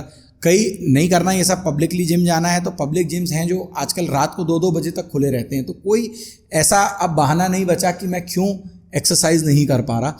हर जगह एक्सरसाइज के एवेन्यूज़ खुलते जा रहे हैं, आप अपने घर में होम जिम बना सकते हो। कुछ नहीं है आपके पास तो डंबल, बारबल और एक बेंच लेके 20,000 रुपये में आपका जिम सेटअप हो सकता है फ्री वेट्स के साथ। तो बहाने छोड़ें। जहाँ है हॉस्टल के कमरे में, मैं जब मेडिकल कॉलेज में हॉस्टल में था, जब तक मेरे मेडिकल कॉलेज में जिम नहीं बना था, मैंने अपने हॉस्टल के कमरे में जिम का एक जुगाड़ बना लिया था। हॉस्टल के कॉरिडोर में मैं जिम करता था, फिर तो बहुत अच्छा जिम हमारे कॉलेज में बन गया था, तो मैं ही खोलता था और बंद करता था उस जिम को, इतना मैं तब से जिम के प्रति डेडिकेशन था मेरा। तो ये मेरा लोगों को टेक अवे रहेगा कि जब तक आपका शरीर स्वस्थ नहीं है तब तक आप कोई और काम नहीं कर सकते, और सबसे क्विक तरीका शरीर को स्वस्थ रखने का रेजिस्टेंस ट्रेनिंग, वेट ट्रेनिंग या gym. So in a nutshell sir की बातों को अगर मैं समराइज़ करूं कि सबसे पहली बात तो आपको प्रायोरिटी होनी चाहिए कि भाई मुझे अपने हेल्थ के लिए टाइम देना है। दूसरी चीज़, प्रोटीन की आपकी जो रिक्वायरमेंट है, अगर आप सप्लीमेंट नहीं भी लेना चाहते, आप वेजिटेरियन है, नॉन वेजिटेरियन है, बॉडी वेट के अकॉर्डिंग आप प्रोटीन ले सकते हैं। And third, you can gift your self iPhone की जगह पे अपना एक जिम सेटअप भी कर सकते हैं, जो कि बहुत ही कम प्राइस में अवेलेबल है। जैसे सर ने बताया, ऐसा तो मैंने भी नहीं सोचा था कि मैं भी शायद अपने नेक्स्ट बर्थडे तक अपने आप को एक जिम सेटअप गिफ्ट देने की सोचूं। सर, एक रेजिस्टेंस ट्रेनिंग आपने बार बार किया, और हमारा मिथ है कि महिलाओं को या फीमेल्स को रेजिस्टेंस ट्रेनिंग नहीं करनी चाहिए कि शायद वो बॉडी बिल्डर बन जाएंगी या मसल मास हो जाएगा, तो आपका ये मैसेज उनको भी मोटिवेट करेगा कि क्या फिटनेस में के लिए रेजिस्टेंस ट्रेनिंग फीमेल्स के लिए भी रिकमेंडेड है? देखिए, मैटर ये है कि जिन लोगों को जानकारी नहीं होती वो इस तरीके की मिथ्स फैला देते हैं सर जी। आपको मालूम है कि मसल को हाइपरट्रोफी में ले जाने के लिए, मतलब वैसा बॉडी बिल्डर जैसी मसल बनाने के लिए बिना स्टेरॉइड्स के तो आप बना ही नहीं सकते। और एक जैसे आप मेरा भी अगर मसल मास देखेंगे, मेरी बाइसेप 16-17 की है, ये करने में 20 साल की ट्रेनिंग है मेरी। मैं 41 का हूँ और 22 साल की, मैं 18-19 साल की उम्र से कर रहा हूँ। तो कोई महिला अगर ये सोच रही है कि वो जिम जाएगी और उसकी बॉडी बन जाएगी, वो they are mistake in basic. आप अपना मसल मास मेंटेन करने के लिए, बचाने के लिए, रिक्लेम करने के लिए जिम में जा रहे हो, पहलवान बनने के लिए नहीं जा रहे हो। मैंने आपको बताया 30 साल के बाद फीमेल्स में और 35 साल के बाद आदमियों में मसल मास खत्म होने लगता है, मसल एट्रोफी में जाने लगती है, जिसकी वजह से आप कहीं पे भी गिर सकते हो, आपका गेट वीक हो जाता है, ताकत नहीं बचती है, बोन डेंसिटी कम होने लगती है। मैंने पहले भी आपको बताया, औरतों में ऑस्टियोपोरोसिस होने लगता है, खासकर मीनोपॉज के बाद। उसको मेंटेन करने के लिए जिम जाना है, बॉडी बनाने के लिए नहीं जाना। और अगर ताकत है किसी भी महिला की, अगर थोड़ी अच्छी बाइसेप या ट्राइसेप बन जाए, या ट्रेपीजियस जिसको कॉलर बोलते हैं वो बन जाए, डेल्टॉइड बन जाए, कभी खराब नहीं लगती। आप रॉनी कोलमैन या आर्नल्ड श्वार्ज़नेगर नहीं बन जाओगे 4 दिन जिम जाके। चलो बन के बताओ, मैं चैलेंज करता हूँ, मेरे ऊपर केस कर देना अगर ऐसा हुआ। जाओ 5 साल जिम करो और वापस आके मेरे से मिलो, बिना स्टेरॉइड, ये नहीं गए स्टेरॉइड ठुकवा लिए, आप जाके जिम करो और बिना स्टेरॉइड या बिना कोई सप्लीमेंट्स के जितना जिम करना है करो, 5 साल बाद मेरे से मिलो और बताओ कि कहाँ है तुम्हारी बॉडी और कितनी तुम्हारी बॉडी बन गई। इतना इजी नहीं है बॉडी बनाना। जिम जाना और पहलवान बनने में फ़र्क है। आप जिन पहलवानों की बात कर रहे हैं भाई साहब, वो दिन में 8-8 घंटा जिम करते हैं, 3 बार जिम करते हैं। स्टेरॉइड और सप्लीमेंट्स तो लेते ही हैं, सबने ओपनली माना कि लेते हैं। स्टेरॉइड सप्लीमेंट के अलावा 8 घंटा जिम करते हैं। मर जाएगा आदमी 8 घंटा जिम करने में। तो ये 1 घंटा 2 घंटा जिम करने से किसी की ऐसी बॉडी नहीं बनेगी जो देखने में अनप्लेजेंट लगे, बल्कि बहुत प्लेजेंट। आपको अंदर से कॉन्फिडेंट फील होगा, कपड़े अच्छे फिट होंगे, बहुत सारी चीज़ें जो आप नहीं पहन पाते थे वो पहन पाओगे, और एक दूसरे तरीके का आपका ज़िंदगी देखने का नज़रिया बदल जाएगा। लेडीज़ के लिए मैं बोलूँगा कि आप ज़ारा के सेल या डिस्काउंट के लिए नहीं रुकोगे, आप वेट्स के सेल या डिस्काउंट के लिए रुकोगे। आप अपनी ज़ारा की ड्रेस अपनी बेटी को या बेटे को तो नहीं पहना सकते, क्योंकि आजकल ये भी हो गया है, बेटी बेटा एक दूसरे के कपड़े पहन लेते हैं, क्रॉस ड्रेसिंग हो रही है। मगर आप जो वजन, जो लोहा मेरे पिताजी और दादाजी ने खरीदा था, वो मैंने भी इनहेरिट किया, मेरे बच्चे भी इनहेरिट करेंगे, भगवान की दया से उनके बच्चे भी इनहेरिट करेंगे। तो आप एक लेगेसी दे के जाते हो। जब आप, इसको आयरन गेम बोलते हैं, जब आप आयरन गेम में उतरते हो, शनि महाराज का जो मुकुट होता था और तखत होता था, वो उसका होता था, थ्रोन जो होता था वो लोहे का होता था। तो जब आप लोहा खरीदते हो, आयरन गेम में आते हो, आप शनि महाराज के फेवरेट बनते हो और आपका नज़रिया दुनिया को देखने का बदल जाता है। आप डरते नहीं हो, आप सत्य के साथ रहने लगते हो, आप न्याय प्रिय बन जाते हो। और जो बड़ी हल्की चीज़ें हैं, फैशन, ड्रेसिंग, वो ऐसा नहीं कि आपको अट्रैक्ट नहीं करती। मैं आपके सामने बैठा हूँ, अच्छे कपड़े पहन के बैठा हूँ, मैं भी अच्छा दिखने में बिलीव करता हूँ, बट मैं उससे ऑब्सेस नहीं होता। मैं ऑब्सेस किस चीज़ से होता हूँ? अपने शरीर से। उसको मैं कितना फिट बनाऊँ, क्या मैं अच्छा खा लूँ, क्या मैं अच्छा बना लूँ, कोई मैं गलत चीज़ ना खाऊँ, ट्रांस फैट्स ना जाए मेरी बॉडी में, मैं कितना नया, कौन सा इक्विपमेंट, यार जिम का कौन सा नया मैं इक्विपमेंट खरीद सकता हूँ, क्या मैं नए ग्लव्स खरीद सकता हूँ। जब आपका दिमाग इन सब चीज़ों के प्रति जाता है तो एक इतनी सकारात्मक ऊर्जा निकलती है कि आप एक अलग लेवल पे ऑपरेट करने लगते हो। ये जो खुशी है, ये मैं सबके बीच में बांटना चाहता हूँ, इसलिए मैं ये आपको। ऑलराइट, अभी मेंटल एंड फिजिकल हेल्थ के लास्ट पॉइंट पे अपन आते हैं, वर्क लाइफ बैलेंस। बिकॉज काम करते करते फैमिली एक तरफ है, डॉक्टर अलग काम कर रहे हैं, तो एक सर क्रिस्प वे में कि कैसे एक डॉक्टर वर्क लाइफ बैलेंस को मैनेज कर सकते। देखिए अक्षय भाई, मैं हमेशा यही मानता हूँ कि जब तक हम खुद के बारे में नहीं बताते तब तक हम किसी को ज्ञान दें अच्छा नहीं लगता। जो कि 90% डॉक्टर्स आजकल गिल्टी हैं कि खुद की हेल्थ की केयर नहीं कर रहे हैं और दूसरों को बता रहे हैं तुम ऐसा करो वैसा करो, इसलिए कोई सुनता नहीं है कि तुम पहले खुद तो करो। तो देखिए, मेरी ओपीडी चालू होती है, मेरे ओपीडी और प्रोसीजर्स में एक साथ करता हूँ। तो मेरा क्लिनिकल टाइम चालू होता है 11 बजे से लेकर 4 बजे तक। 4 बजे मैं भगता हूँ, एक बहुत लाइट लंच लेता हूँ, मेरा तरीका है। और मैं जिम करने के लिए, मेरा जो मैंने आपको शेड्यूल बताया कि मैं gym, cricket, squash, tennis, wushu सब कुछ अलग अलग दिन पे करता हूँ, बट वेट ट्रेनिंग उनमें से 5 से 6 दिन रहती है। तो 4 से 7 का टाइम मेरा पर्सनल टाइम है। 4 से 7 के बीच में रोज़ाना मैं कोई ना कोई एरोबिक एक्सरसाइज, मतलब cricket, swimming, wushu, tennis, squash खेलूँगा, उसके साथ जिम करूँगा। ये पूरी प्रक्रिया मतलब सॉलिड, मोबाइल मेरा अलग हो जाएगा, मैं मतलब सब कुछ करके मैं अपने वर्क प्लेस तक, मतलब जिम तक 4 के बदले 4:30 पौने 5 तक पहुंच पाता हूं। तब से लेके 7 बजे तक नॉन स्टॉप में एक्सरसाइज करता हूं। 7 बजे वहां से निकल के क्विक शावर लेके 7:30 I am back to my OPD and 7:30 to 10 is again my OPD time. तो मैंने अपने दिन को 2 भाग में डिवाइड किया है। कोई चाहे तो एक साथ पूरा काम करके शाम को भी जिम कर सकता है। After 10 my time is for my family. After my family goes to sleep, my time is for my research and studies. तो आप देखिए, मैं पबमेड इंडेक्स पब्लिकेशन है मेरे 10 से 12, जबकि मैं टीचिंग इंस्टीट्यूट में नहीं हूँ। मेरे नाम पे इंटेलेक्चुअल प्रॉपर्टीज़ या पेटेंट्स हैं जो कि मैंने अपने रिसर्च से किया है। मैं हर चीज़ को डॉक्यूमेंट करता हूँ। और अभी तक तो मेरे पास कोई मेरा मीडिया मैनेजर नहीं है। मेरे पास 1.5 से 2 लाख फॉलोअर्स हैं across Instagram, Facebook and YouTube, और वो सब मैंने आज तक खुद मैनेज किया। अब रिसेंटली मेरी वाइफ ने किसी को उसके लिए हायर किया है, बट अभी तक का जो मेरा फॉलोअर बेस है वो मैंने खुद बनाया है। तो सब चीज़ का टाइम मिलता है। मैं क्या नहीं करता हूँ, I don't drink, I don't smoke, मतलब मैं मदिरा पान नहीं करता, मैं स्मोक नहीं करता। मैं बिल्कुल महीने में एक बार अपने स्कूल के दोस्तों से भी मिलता हूँ। मैं कॉन्फ्रेंसेस भी अटेंड करता हूँ, जरूरी वाली। मैं ऐसे पागलों जैसे हर सैटरडे संडे कॉन्फ्रेंसेस में नहीं भागता कि टाइम ही ना बचे। मैं साल की 3 या 4 बड़ी कॉन्फ्रेंसेस अटेंड करता हूँ, जिनमें मैं खुद फैकल्टी रहता हूँ, खुद प्रेजेंट करता हूँ, दूसरों से भी सीखता हूँ। इंटरनेशनल कॉन्फ्रेंस साल की 1 अटेंड करता हूँ। मैंने अपने आप को लिमिट कर लिया है। आजकल डॉक्टर मैं देख रहा हूँ साल की 40 कॉन्फ्रेंस, 50, हर हफ्ते एक कॉन्फ्रेंस में। कैसे टाइम दोगे अपने आप को, और क्या सीखोगे या क्या सिखाओगे हर सैटरडे संडे कॉन्फ्रेंस में जाके? एक इंटरनेशनल कॉन्फ्रेंस, 2 या 3 नेशनल कॉन्फ्रेंस, और हर साल महाकाल बाबा की दया से मैं खुद ही 1 आध कॉन्फ्रेंस का ऑर्गेनाइजिंग सेक्रेटरी या प्रेसिडेंट रहता हूँ। तो मेरी सोशल लाइफ भी बहुत एक्टिव है। इसी को हम हाइपर चार्ज कर देते हैं संडेज़ में। सैटरडेज़ को मैं यहीं अपने श्री वैकुंठ, मैंने अपने फार्म पे जो जगह बनाई है रखा है, यहाँ पे मैं स्विमिंग करता हूँ, मैं जिम करता हूँ। तो सैटरडे को मैं यहाँ रात को आ जाता हूँ। संडे दिन भर मैं एक्सरसाइज करता रहता हूँ। अभी हम बैठे हैं यहाँ पे आपके साथ पॉडकास्ट कर रहे हैं, संडे को ही हम बैठे हुए हैं। तो दिन भर में मैं इस तरीके का अपना दिनचर्या करता हूँ। 8 घंटे की नींद मैं बिल्कुल निकालता हूँ। डाइट को मैं कई बार की मील्स में लेता हूँ, बहुत ज़्यादा नहीं खाता हूँ। हाइट मेरी ऑलमोस्ट 6'2" है, 6'1" और 6'2" के बीच में है। वेट मेरा कॉलेज में 87 kgs होता था, अभी मैंने अपने आप को 90 kgs पे ला के रख दिया है। मेरी क्रोनोलॉजिकल एज 41 ईयर्स है। By various AI methods and various parameters, कहीं मेरी बायोलॉजिकल एज 27 साल आती है, कहीं 28 साल आती है। एंड माई एम इज़ कि मैं 1 साल में अपनी बायोलॉजिकल एज को, अपने पैरामीटर्स को 25 साल से कम ले जाऊँ। तो मैं अभी एक प्रोजेक्ट भी लॉन्च कर रहा हूँ, एंटी एजिंग फॉर ऑल। वो आपने ब्रायन जॉनसन का नाम सुना होगा। वो $2 मिलियन हर साल खर्च करते हैं, वो अफोर्ड भी नहीं कर पा रहे हैं, तो वो अपनी anti ageing brand never die जिसका नाम है, वो दूसरे किसी को बेच रहे हैं। मैं एंटी एजिंग हर एक के लिए लाना चाह रहा हूँ।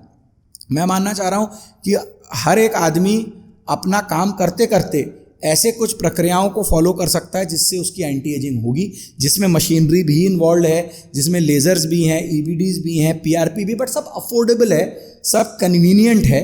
मगर उसका सबसे मेन कॉर्नरस्टोन, उसका न्यूक्लियस इज वेट ट्रेनिंग। वजन उठाने से ज़्यादा बड़ा श्रेय मैं किसी चीज़ को नहीं दूंगा। आपके कॉन्फिडेंस में जो असर करता है वो ऑब्वियसली हर कुछ भक्ति है, तो मैं हर एक को बोलता हूँ आध्यात्म की तरफ जाएं, किसी बाबा को ना फॉलो करें। हमारा सनातन धर्म इतना रिच है, सब कुछ हमारे वेदों में दिया है, वेदों को पढ़ें, डायरेक्ट सोर्स पे जाओ, क्यों किसी और इंसान की बात सुनते हो? और ये मूर्खता जहाँ आप इंसान को भगवान मान के उसकी पूजा कर रहे हो, या मान रहे हो कि एक अदना सा इंसान जो तुम्हारे जैसा है उसका कोई लिंक भगवान से बन गया है और वो तुमको लिंक देगा। सबको ही भगवान से निकले और सबको एंड में जाके भगवान में समा जाना है। कोई भी दूर दूर तक जो आपको पंडित बोलता है कि ये रत्न पहन लो, ये पत्थर पहन लो, मूर्खता है। पहले माना जाता था अलग अलग ग्रहों की सेवा करने के लिए आपको वृक्षों की सेवा करनी है, ट्रीज़ की। तो मैसेज मैं यही देना चाहता हूँ, ट्रीज़ उगाइए जहाँ भी उगा सकते हैं आप। घर के नहीं, आप खेत लीजिए, खेत नहीं है किसी रिश्तेदार के खेत में जाके लगाइए। हफ्ते में एक बार, महीने में एक बार, जब भी जाएं उसकी जाके सेवा करें, ये नहीं लगा के छोड़ दिया। तो जैसे माना जाता था गूलर का झाड़ जो लोग कटवा देते हैं, गूलर का झाड़ भौतिक सुखों का आपको वो देता है, मतलब प्रतीक है, भौतिक सुख का आपको अनुभव कराता है, और वो शुक्राचार्य के पेड़ माने जाते हैं जो, तो हमारे घर के में एक गूलर का झाड़ था, सब बोलते थे कटवा दो, हमारे पड़ोसी हमसे लड़ते थे, बट हमने अभी भी लड़ते हैं, हमने उसको आज तक नहीं कटने दिया कि भैया इससे हमारी एयर क्वालिटी इंडेक्स अच्छी होती है, आप उतनी ज़मीन हमारी ले लो या उतनी ज़मीन का पैसा ले लो जो कंजर्वेंसी का पार्ट है। अब आप बोलोगे कि ये साइंस है या ये मेटा साइंस है या मेटाफिजिक्स है, हमारे बहुत ख़राब स्थितियों के थ्रू हमारे घर को गुजरना पड़ा, मेरे फादर की डेथ हुई, ग्रैंडफादर की डेथ हुई, बट भौतिक सुख कभी कम नहीं हुआ। कम पैसा भी रहता था बट कुछ ना कुछ ऐसी चीज़ें हो जाती थी कि भौतिक सुखों की कभी हमको कमी नहीं हुई, क्योंकि मुझे ऐसा लगता है कि वो एक गूलर का झाड़ था। वैसे ही वट वृक्ष होता है, वो हमारे घर के सामने था, बाद में नगर निगम ने उसको गिरा दिया बेवकूफ़ी में। वट वृक्ष में सब पूजा करती थी, वट सावित्री में आके हमारी माताएं बहनें, उसकी जो पॉजिटिविटी थी सर, जो पीपल के झाड़ को उगाने की पॉजिटिविटी, उसको आप फील करो, नेचर से जुड़ो जाके। ये रत्न से कुछ नहीं होता, इलॉजिकल है। जितना बड़ा आपका शरीर है उसके लिए आपको 5 किलो का रत्न पहनना पड़ेगा। मेन चीज़ है आपका मेंटल बैलेंस। तो मेरा मैसेज सबको ये है, अंधविश्वासों से दूर जाएं, साइंस के पास आएं, जहाँ पे आपके वेदों और शास्त्रों ने आपको सही राह दिखाई है वहाँ उनको पढ़ें, बाबाओं से बचें, खुद जानकार बने और अपनी मेंटल हेल्थ और फिजिकल हेल्थ को प्राथमिकता दें अपने प्रोफेशन के भी ऊपर। जब ये दोनों चीज़ें ठीक रहेंगी, फिजिकल हेल्थ और मेंटल हेल्थ, प्रोफेशन अपने आप सही लाइन पे आएगा। Moving forward sir, health care की अगर बात कर रहे हैं तो उसके फ्यूचर के बारे में बहुत बात करना ज़रूरी है, बिकॉज यंग ऑडियंस हमारी इसको देख रही है। Physical health, mental health is very important. अगर आप उसको मेंटेन करके चलते हो तो आप आगे जाओगे। बट अगर हम आगे हेल्थ केयर को देखते हैं, लेट्स से आज से 20 साल 30 साल बाद, तो क्या चेंजेस करंट जनरेशन को करना चाहिए जो अभी ऑलरेडी प्रैक्टिसिंग है, या जो अभी अपनी स्टडीज़ परस्यू कर रहे हैं, आने वाले हैं, ताकि वो समय के साथ मैच करें चीज़ों को? देखिए, मैं आपका जो टाइट टैगलाइन है वही मैं भूलना चाहूँगा कि आप बियॉन्ड मेट्रोज सोचें, आप टियर 2 टियर 3 सिटीज़ के बारे में सोचें, आप अपने आप को स्किल सेट अपना इम्प्रूव करने, स्किलफुल बनाने के बारे में सोचें। मैं जब MBBS फर्स्ट ईयर में आया, मेरे दादाजी तब थे, was a great professor of surgery, उनने सर्जरी डिपार्टमेंट को लिटरली सेटअप किया है जबलपुर मेडिकल कॉलेज के। तो उन्होंने मुझे एक किताब गिफ्ट की जो आज तक मेरे पास है, पाइस सर्जिकल हैंडीक्राफ्ट। उनको तब नहीं मालूम था मेरे को सर्जन बनना है कि नहीं, मैं बाद में सर्जन बना भी। और उन्होंने मुझे एक हैंगर दिया, जो अपना हैंगर होता है, और एक ट्वाइन का धागा होता है, कहीं पे भी मिल जाता है, कि आपको, और उनने मेरे को सर्जिकल नॉट बांधना सिखाया। उनने बोला आपको पूरी 10 उंगलियों से सर्जिकल नॉट बांधते आना चाहिए, और नॉर्मल सर्जिकल नॉट आपको सबकॉन्शियसली बांधते आना चाहिए। अब लोग बोलेंगे कि भाई क्यों? एक समय पे जब कॉटरी मशीन नहीं होती थी तब सर्जन कितनी जल्दी नॉट बांध सकता है और ब्लीडिंग रोक सकता है, यही डिपेंड करता था कि मरीज जिंदा बचेगा कि नहीं। कई सर्जरीज में हज़ारों नॉट बांधनी पड़ती थी, रेडिकल मैस्टेक्टमी में और ये सब चीज़ों में। तो वो मेरे को आया कि मुझे स्किल, तो मैंने फर्स्ट ईयर से ही जब फ्री बैठे हैं तो हैंगर पे नॉट बांध रहे हैं। उनके कई स्टूडेंट्स ने बताया कि वो ऐसा करवाते थे, तब वो समझ में नहीं आता था कि क्यों करवा रहे हैं, बट वो मेरा स्किल बढ़ा रहे थे। तो सिर्फ किताबी ज्ञान नहीं, अपने स्किल को बढ़ाने पे भी ध्यान दें, अपनी स्मार्टनेस बढ़ाएं, कोई एक स्पोर्ट को फॉलो करें, कोई हॉबी को फॉलो करें, एक पर्सनैलिटी रखें, एक फ्लेयर रखें, जहाँ आप कमरे में जाएँ, आपके ऑरा से लोग अपनी आप आपकी तरफ देखें। बेबाक ज़िंदगी जिए, डर के दब के ज़िंदगी ना जिए। किसी को अच्छा गाना आता है वो गाना ज़िंदगी भर गाए, किसी को कोई म्यूज़िक इंस्ट्रूमेंट बजाना आता है वो ज़िंदगी भर म्यूज़िक इंस्ट्रूमेंट बजाए, किसी को जिम का शौक है, क्रिकेट खेलने का शौक है। शौक पूरे करो, और शौक ये शौक हैं जो बड़ी चीज़ हैं। मदिरा पान शौक नहीं है, सिगरेट शौक नहीं है, विमल खा के थूकना शौक नहीं है।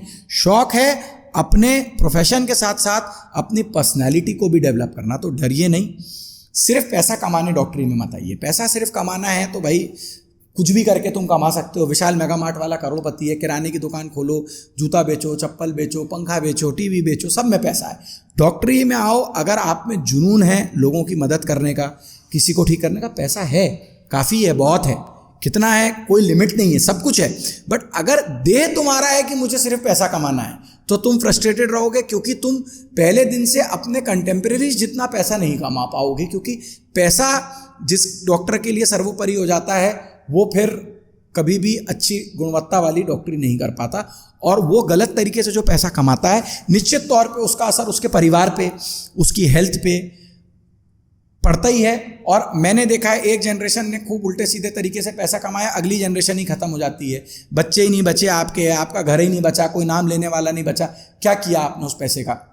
कोई मैं बोलता हूँ भरपेट खाना खा के अपने परिवार के साथ बात करता हुआ 200 रुपये की शर्ट पहन के बैठा है, और कोई दिन भर मरीज देख के आया, परिवार को समय नहीं, खाना खाने का टाइम नहीं, आपने बताया पानी पीने का टाइम नहीं, और वो 20,000 की शर्ट पहन के बैठा, कौन ज़्यादा सुखी है, 20,000 की शर्ट पहनने वाला कि 500 रुपये या 50 रुपये की शर्ट पहनने वाला? मैं बोलूँगा वो 50 रुपये की शर्ट पहनने वाला ज़्यादा सुखी है।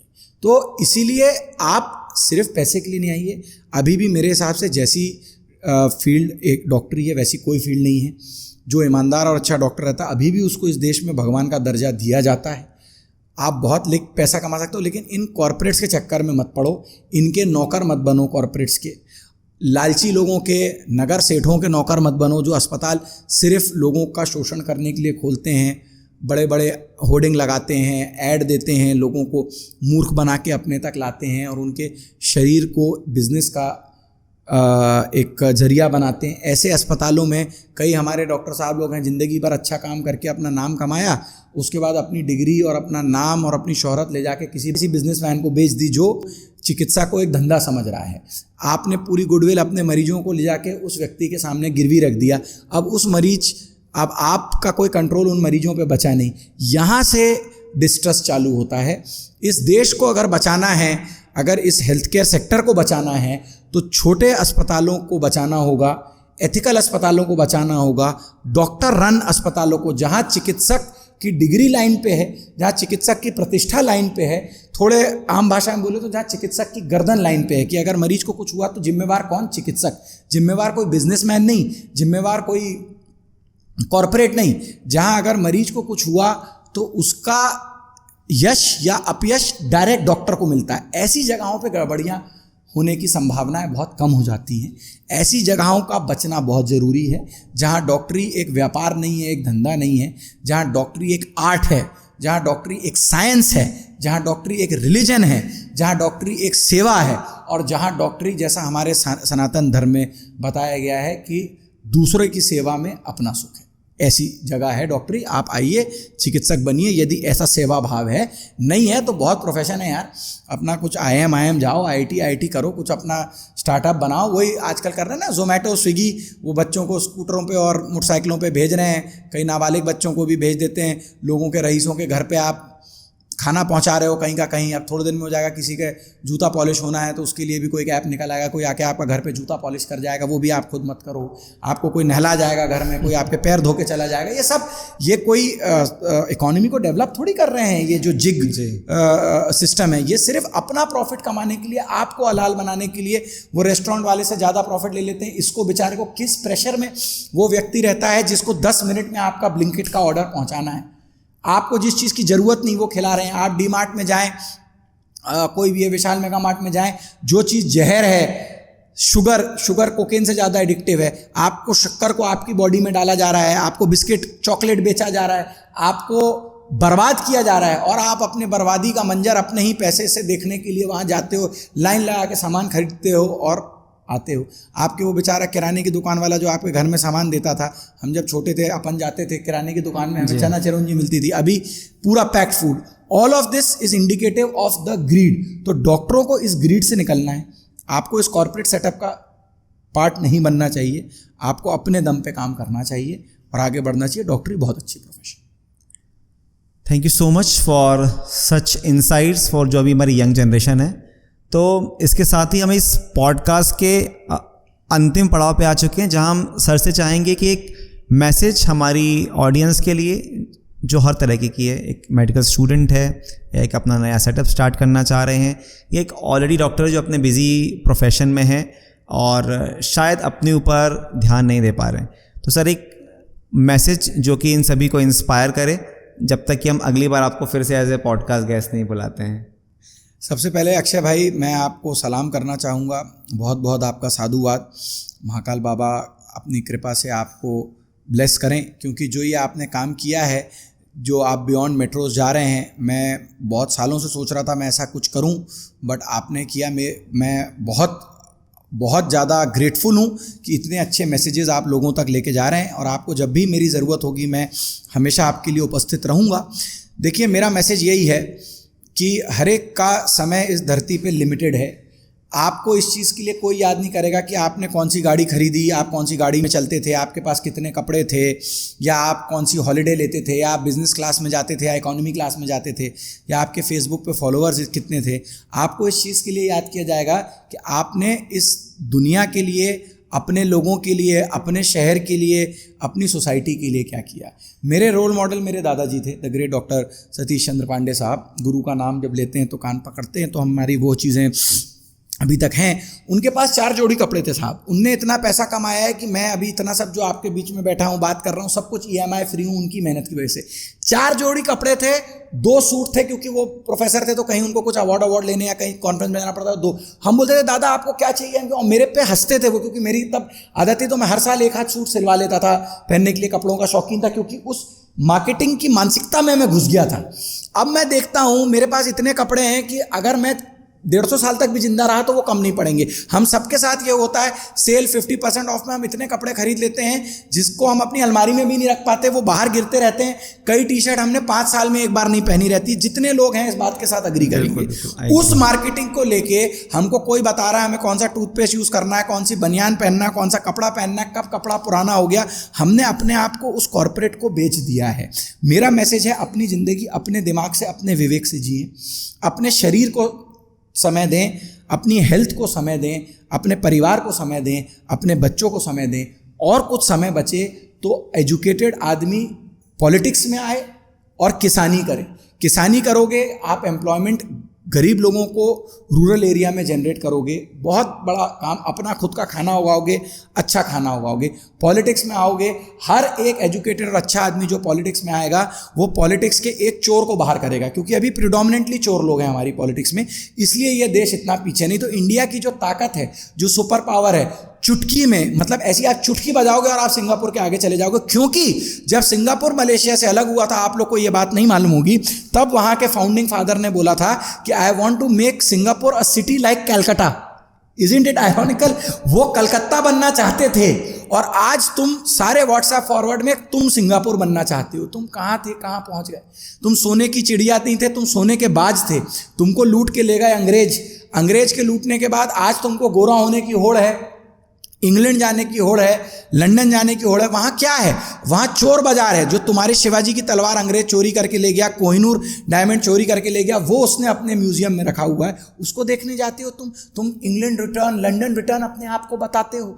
अपने देश की प्राइड रखो, देश को छोड़ के मत जाओ। उन अंग्रेजों ने तुम्हारा जिंदगी भर शोषण किया है, आगे भी करेंगे। आखिरी छोटा सा एक कॉमेडी बता के अपनी बात को खत्म करना चाहूंगा। आप सब ने रिसेंट टेस्ट देखा, इंडिया वर्सेस इंग्लैंड, सबने देखा। एक टेस्ट में वो बेन स्टोक्स, कैप्टन उनका, निकृष्ट आदमी, जो उसका हिंदी अनुवाद है वैसे ही है वो बेन स्टोक्स, वो आदमी जाके क्या बोल रहा है कि हाथ मिला लो मेरे से। किसको? वॉशिंगटन सुंदर और आपके सर रवींद्र जडेजा को। सर रवींद्र जडेजा, मजाक में बोल रहा हूँ उनको। एक आदमी 95 पे था, कुछ 80s में था, जिसमें से वॉशिंगटन सुंदर जी की मेडन, मतलब पहली सेंचुरी होने वाली थी। क्यों हाथ मिला ले? और इतने बदतमीज कि तुम बोलते हो कि अगर तुमको सेंचुरी बनानी है तो अब हमारे बैट्समैन बॉलिंग करेंगे, मतलब हमारे रेगुलर बॉलर्स बॉलिंग नहीं करेंगे। कोई बहाना नहीं था, तुम उनकी सेंचुरी बनने देना चाहते। तुम इतने छोटे सोच के आदमी हो।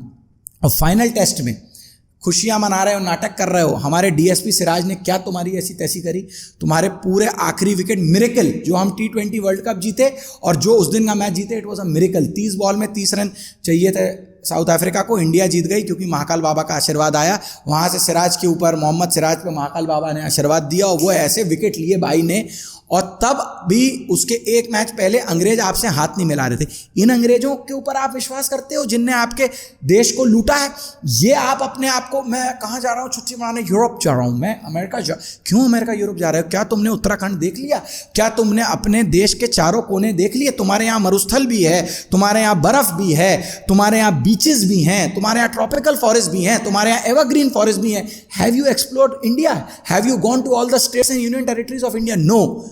बट तुम्हें जाना वहां जहां नौकर की औकात तुमको नहीं पूछते, तुमको नीचा देखते, ब्लडी इंडियन, तुम्हारे पास से बास आती बोलते हैं, तुमको पबजीत बोलते हैं, स्ट्रीट व्यू तुम्हारा लेके तुम्हारा मजाक उड़ाते। तुमको उन देशों में जाना है, तुमको कोई प्राइड नहीं है। प्राइड लाओ, be proud to be a Indian. आपने सिविलाइजेशन को चालू किया है, आपके यहाँ महाभारत है, आपके यहाँ रामायण है, आपकी रिलीजन इतनी अच्छी है कि उस पर सीरियल बनते हैं। आप दूसरे मोस्ट ऑफ द रिलीजन की बुक पे सीरियल बनाओगे, वहाँ कत्लेआम हो जाएगा, कौन किससे शादी कर रहा परिवार के अंदर ही चलता रहेगा, वहाँ कहानी आपकी पूरी कॉम्प्लिकेट हो जाएगी। तो इतने बड़े आप धर्म को, इतने बड़े देश को बिलोंग करते हो, be proud of it and इस पे आप अपनी ज़िंदगी को आगे। Thank you. What a show, full of energy, positivity, spirituality. जो शुरू हुआ था कि कैसे एक मेडिकल स्टूडेंट अपनी जर्नी शुरू करे, सर ने हमें वो सारे चैलेंजेस भी बताए जो कि एक नर्सिंग होम को शुरू करने के लिए चाहिए, गवर्नमेंट और पॉलिसीज़ लेवल पे क्या फ्लॉज हैं, उसके साथ साथ वो सारे पॉजिटिव एंगल कि अगर आप एक डॉक्टर हैं तो हेल्थ केयर अपॉर्चुनिटी से भरा हुआ है। आप मीडिया पे ना जाए जहां हर कोई आपको यही बताने में लगा हुआ है कि डॉक्टर की ज़िंदगी ख़त्म है, वो निराशा में जा रहा है, जबकि कॉन्ट्रेरी वो हेल्थ केयर सेक्टर्स को एक अपकमिंग सेक्टर बना रहा है। तो अगर इन सभी को अचीव करना है तो आपको चाहिए क्या? एक good physical health, mental health, एक अच्छा वर्क लाइफ बैलेंस, फैमिली को टाइम दें, अपने आप को टाइम दें, क्योंकि जब आप स्वस्थ रहेंगे तभी आप करियर में आगे जा पाएंगे। उस सब के बाद सबसे इम्पॉर्टेंट है अपने रूट्स से जुड़ा रहना।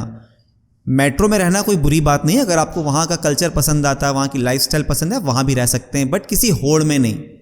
वापस आइए अपने रूट्स की तरफ, अपने लोकल एरिया में चीज़ों को डेवलप कीजिए। और डॉक्टर्स के लिए तो एक बहुत इंपॉर्टेंट है, बिकॉज आपके पास सबसे बड़ी ताकत आपकी डिग्री है। आज सब कुछ आपके पास से हटा लिया जाए तब भी आप एक डिग्री की वजह से, उसकी बदौलत आप कहीं पे कुछ भी शुरू कर सकते हो। तो आपका एक खुद का स्टार्टअप जरूर शुरू करना चाहिए। हेल्थ केयर शुरू करें, ओपीडी शुरू करें, हॉस्पिटल शुरू करें। इससे ना केवल आप सेवा कर पाएंगे बल्कि एक लोकल बिजनेस भी डेवलप कर पाएंगे। तो अंत तक इस पॉडकास्ट को देखने के लिए धन्यवाद, और हमें कमेंट में ज़रूर बताइए कि आपको ये पॉडकास्ट कैसा लगा, ताकि हम ऐसे और बिजनेस लेसन्स या इंस्पिरेशनल लोगों को आपको गाइड करने के लिए लाते रहें। धन्यवाद। जय हिंद, जय भारत।